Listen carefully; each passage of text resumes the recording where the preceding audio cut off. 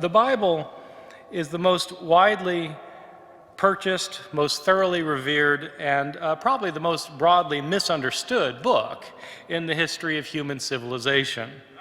One of the things that people today seem to misunderstand when reading the Bible is that we're not actually reading the words of Matthew, Mark, Luke, and John, or Paul, etc.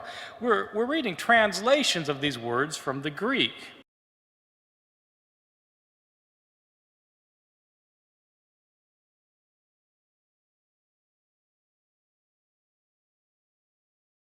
There's something always lost in translation. Not only that, but we're not actually reading translations of the originals of the New Testament because we don't have the originals of any of the books of the New Testament or of the Hebrew Bible either, for that matter.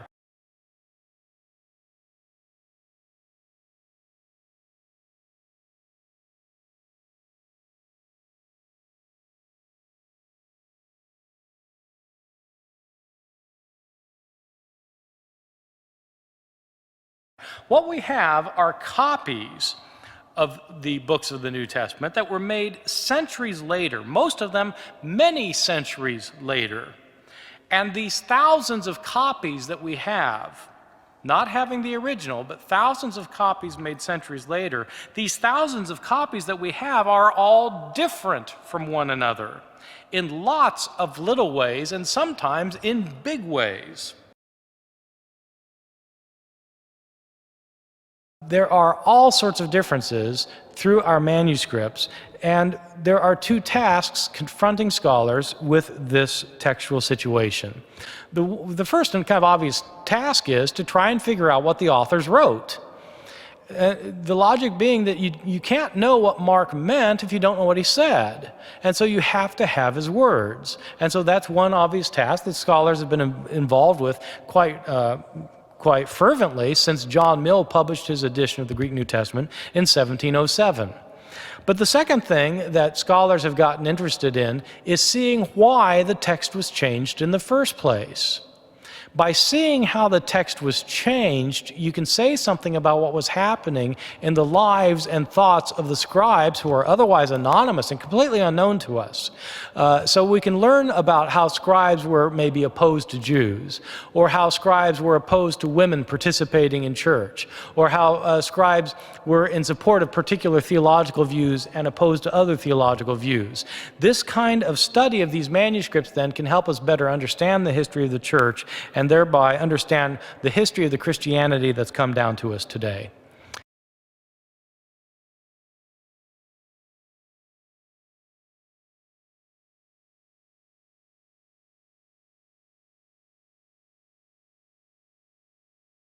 We have these 27 books that were all written at different times, most of them by different authors. Well, how is it that we can now go buy them in a bookstore? Let me give you an example of how it worked in the ancient world, just to kind of set the stage for what I want to say about the copying practices of the early Christian scribes. I'll take as an example the Gospel of Mark. Mark was probably the first gospel of the New Testament to be written, probably 35 or 40 years after Jesus' death. Somebody, we don't know his name, and so we call him, he's called Mark, but we don't know if his name was really Mark. Somebody sat down and wrote an account of Jesus' life. This account was written in Greek.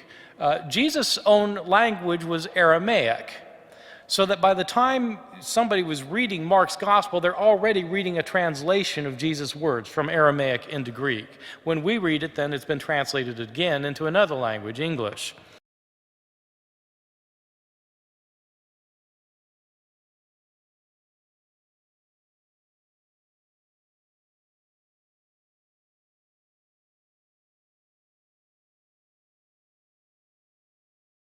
Our earliest copies of the Gospels, sort of complete copies where you actually have beginning to end, come from around the year 200. In other words, about 130, 140 years after the originals. Mistakes are made en route, lots of mistakes. When I say that mistakes were made, this is not simply a kind of a wild hypothesis of a scholar who just sits in an ivory tower thinking about such things. It's by a scholar who sits in an ivory tower looking at manuscripts. We actually have surviving copies, and so we can compare them with one another. And when you compare them with another, you realize somebody's changing the text because no two of these copies are exactly alike. Somebody's changing the text.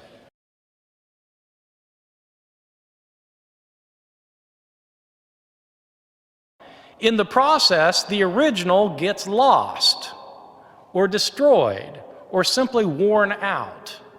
We don't have the original anymore. All we have are later copies.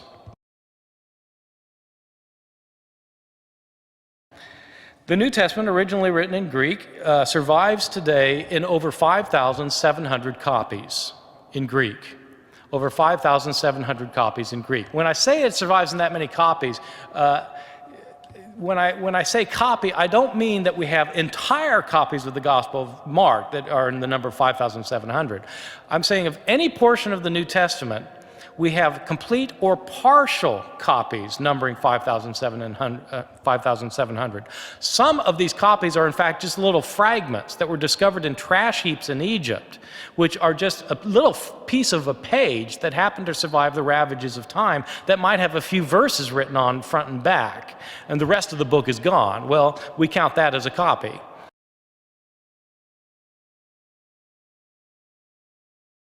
We have over 10,000 copies in Latin, since Christianity was largely dominant in the Latin West, and Latin was the language that most people used in studying Scripture through the Middle Ages. And we have copies of the New Testament in other languages that might strike you as somewhat more exotic: Coptic, Syriac, Armenian, Gothic, Slavonic, Georgian. I mean, there are all these languages that we have copies of the New Testament in.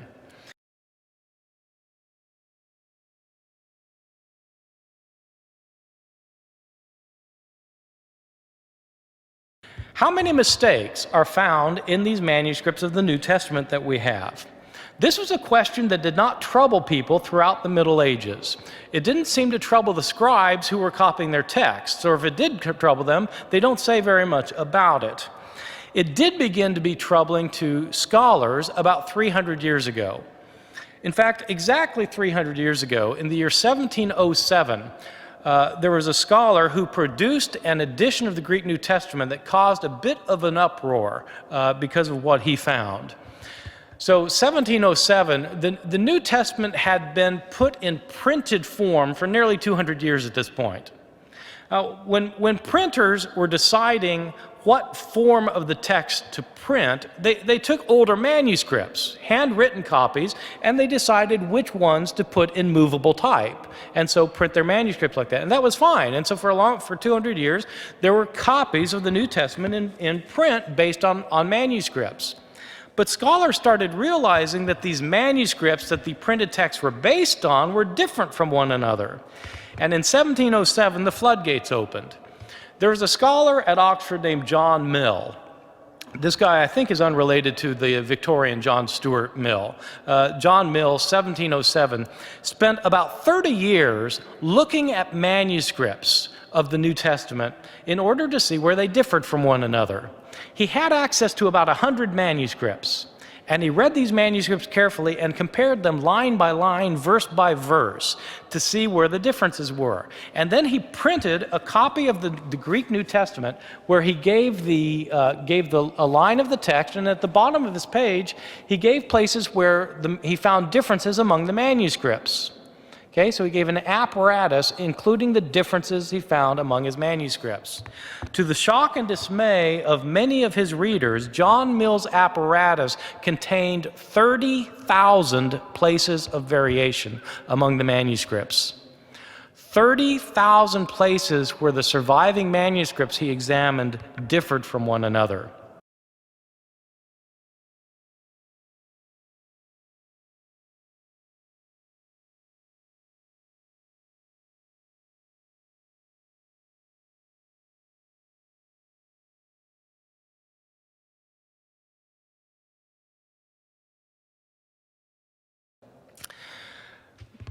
Scholars have different estimates. The reality is nobody knows because nobody's been able to count them all, even with the developments of computer technology.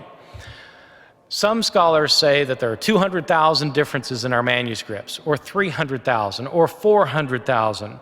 The way I put it to my students usually is in comparative terms. There are more differences in our manuscripts than there are words in the New Testament. That's a lot of differences.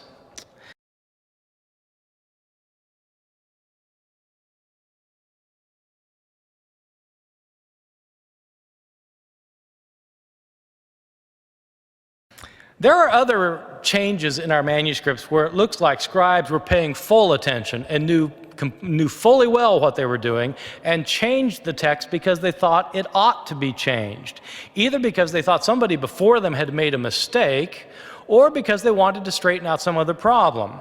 I'll give you a couple of examples.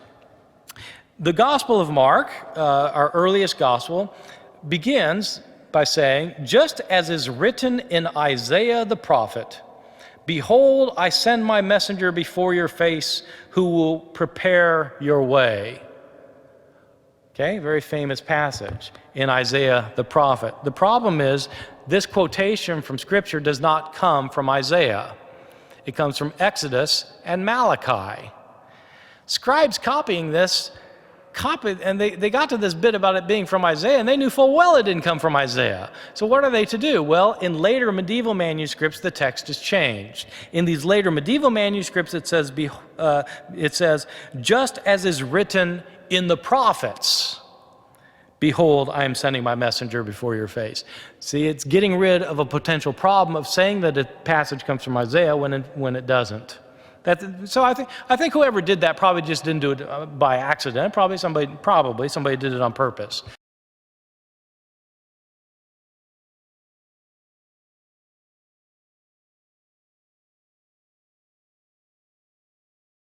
Or give you a second example. The one instance in the New Testament where you have a story of Jesus as a boy occurs in Luke chapter 2.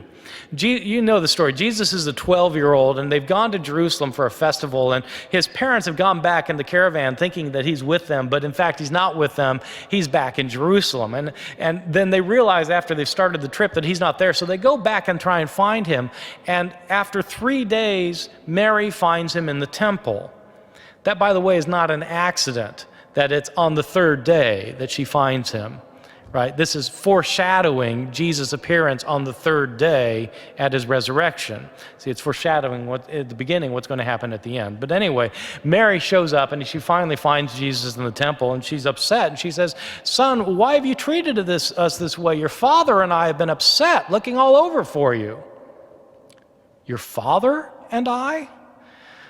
Scribes thought that this was very peculiar because they knew Jesus was not Joseph's son. Joseph was not the father of Jesus. Why would Mary say, "Your father and I"? And so scribes changed the text. Some changed it to say, "Joseph and I have been looking all over for you," or to say, "We have been looking all over for you," thereby circumventing the problem of calling Joseph the father of Jesus.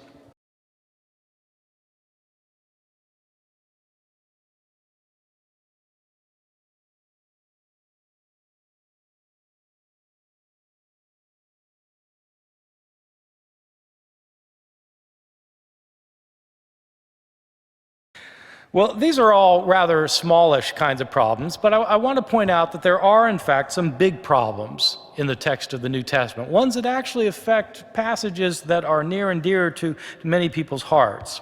So let me give you a few examples before wrapping this up of some big differences that matter.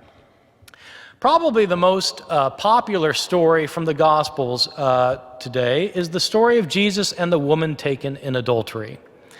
The reason I think this is the most popular story is because it's in every Hollywood movie about Jesus. Even Mel Gibson, who was talking about the last hours of Jesus, had to include this, and so he had a flashback where this story occurs of the woman taken in adultery. So you know the story. The Jewish leaders have caught this woman in the act of adultery. They lead her to Jesus, and they set a trap for him. They say, "Now, according to the law of Moses, she's to be stoned to death. What do you say?" This is a trap for Jesus because if he says, "Well, yeah, stone her," then he's violating his teachings of love and forgiveness and mercy. But if he says, "No, forgive her," then he's breaking the law of Moses. So what's he supposed to do? Well, he stoops down and starts writing on the ground, and he looks up and he says, "Let the one without sin among you be the first to cast a stone at her." Stoops back down, writes on the ground a little bit more, and one by one, the authorities start leaving the scene until Jesus looks up again and there's no one left except for the woman. He stands up and says, "Woman, is there no one left to condemn you?" She says, "No, Lord, no one." He replies, "Neither do I condemn you. Go and sin no more." So this is a beautiful story filled with pathos, very interesting. There are all sorts of interesting questions that the story raises, one of which is, if she was caught in the act of adultery, where's the man? They're both supposed to be stoned to death, right? But they apparently let him go. This story, as it turns out, as interesting, intriguing, and moving as it is, was not originally in the Gospel of John. In fact, it wasn't originally in any of our Gospels. This passage was not originally in the New Testament. How do I know that? The oldest manuscripts of the Gospel of John don't have this story. The Greek commentators on the Gospel of John, the church fathers who wrote Greek commentaries on the Gospel of John, don't mention this story for 1,000 years. Somebody heard this story or made it up.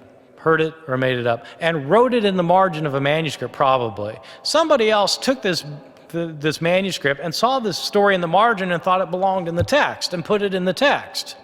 Somebody else copied that manuscript, and that manuscript got copied a lot until down through the Middle Ages, the story became quite popular, until it was these later manuscripts were used by the translators of the King James Bible, and that's how it came into English. Even though it wasn't originally in the New Testament, it's a later story that was added to the New Testament.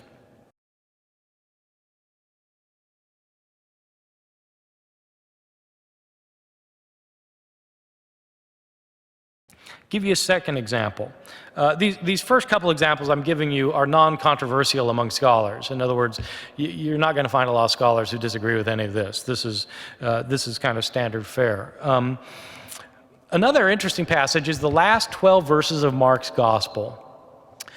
In Mark's Gospel, Jesus is arrested, he's put on trial before Pontius Pilate, he's condemned, he is crucified, he's dead, he's buried, he's put in the tomb, and on the third day the women go to the tomb, and the stone's rolled away, and they see a man inside. And the man tells them that Jesus is no longer here. He's been raised. The women are told to go to the disciples and tell them to meet Jesus in Galilee, up in the north, because he's been raised from the dead. And then Mark says, "But the women fled from the tomb, and they didn't say anything to anyone, for they were afraid." Period. That's where it ends. That's the end of the Gospel of Mark. How could that be the end? Doesn't Jesus appear to his disciples? Don't the women tell somebody? Don't they go to Galilee? Don't they see him?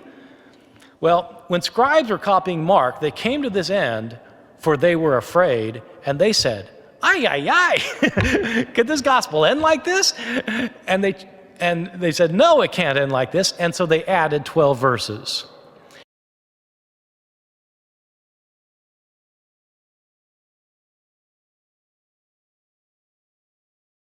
And so in your Bibles today, you'll find 12 additional verses. Often they're put in double brackets to indicate the translators know full well these were not originally part of the Gospel of Mark.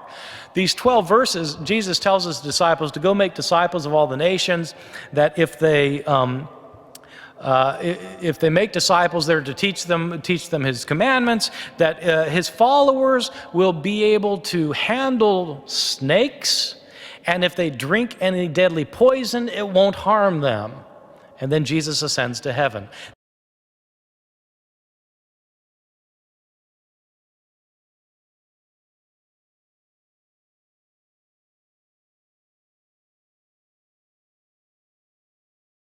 This is being nailed to the cross.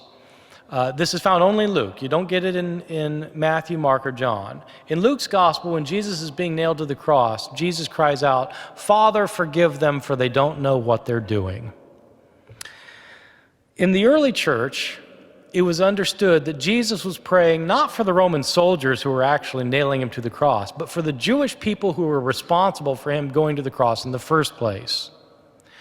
This was a prayer of forgiveness for the Jewish people in rejecting Jesus, according to early interpretations of the Christian church, which makes it all the more interesting what happens to this verse during the period when it's being interpreted that way. A number of scribes have omitted the verse, so that in some manuscripts, Jesus doesn't pray, "Father, forgive them, for they don't know what they're doing." Well, why would scribes omit it? Because they omitted it in a time when anti-Judaism was on the rise, and Christians thought that God never did forgive the Jews. Christians started saying that, in fact, God had turned his back on the Jews, that God had destroyed Jerusalem in exchange for what the Jews had done to Jesus, that this is when Jews are starting to be called Christ killers. In fact, they're starting to be called killers of God. Jesus is God, Jews responsible for Jesus' death, therefore Jews are killers of God. Surely Jesus didn't pray for forgiveness. Well, what do you do with the fact that he does pray for forgiveness? You take it out of the text.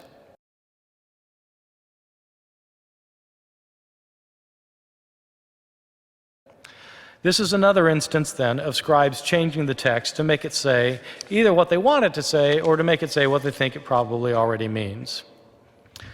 Well, there are hundreds of examples like this that we could talk all night about, but I'm going to wrap this up very quickly. By summarizing what I think are the main points. We have thousands of manuscripts and hundreds of thousands of differences in these manuscripts. These differences, most of them are insignificant and immaterial and don't matter for anything, but some of them are really important. They matter for some fundamental things about the interpretation of the New Testament.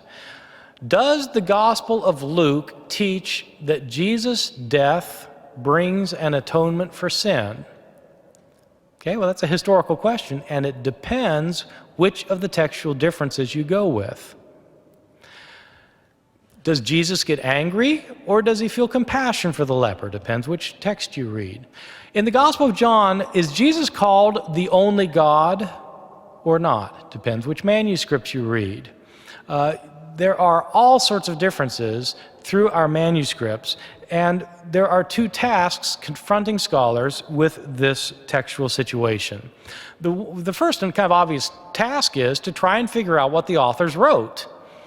The logic being that you can't know what Mark meant if you don't know what he said. And so you have to have his words. And so that's one obvious task that scholars have been involved with quite fervently since John Mill published his edition of the Greek New Testament in 1707. But the second thing that scholars have gotten interested in is seeing why the text was changed in the first place. By seeing how the text was changed, you can say something about what was happening in the lives and thoughts of the scribes who are otherwise anonymous and completely unknown to us. So we can learn about how scribes were maybe opposed to Jews, or how scribes were opposed to women participating in church, or how scribes were in support of particular theological views and opposed to other theological views. This kind of study of these manuscripts then can help us better understand the history of the church and thereby understand the history of the Christianity that's come down to us today. Thank you very much.